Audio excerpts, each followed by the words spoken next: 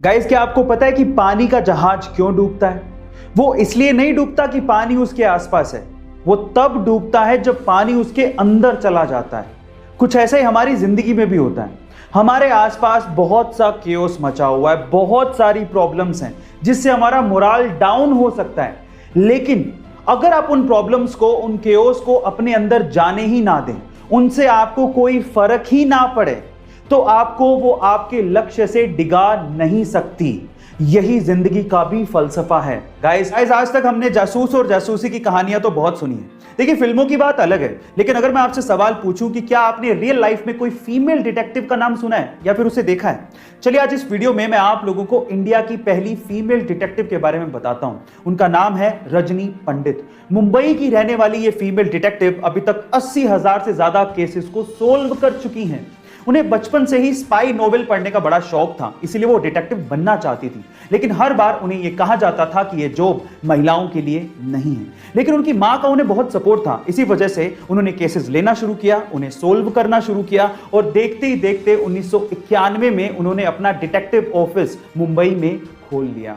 Guys, Maharashtra के नासिक से corona vaccine को लेके एक अजीब सा वाकया सामने आया है। नासिक के अरविंद सोनार का यह दावा है कि वैक्सीन की दोनों डोजेस लगवाने के बाद उनके शरीर में चुंबकीय शक्तियां पैदा हो गई हैं। वो मैग्नेट मैन बन चुके हैं। मतलब यह कि उनके शरीर से सिक्के और चम्मच चिपकने लगे हैं।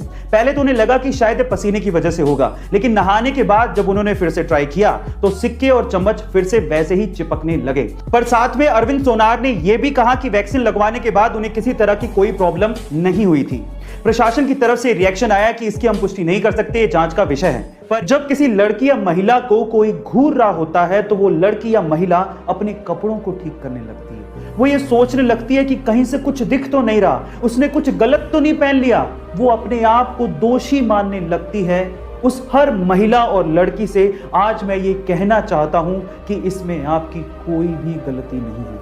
और साथ ही साथ सभी लड़कियों और महिलाओं को एक कानूनी अधिकार भी याद दिलाना चाहता हूं कि अगर आपको कोई 14 सेकंड से ज्यादा घूरता है तो आईपीसी के सेक्शन 294 एंड 509 के तहत यह कानूनी दंडनीय अपराध है और उस व्यक्ति को सजा भी हो सकती है।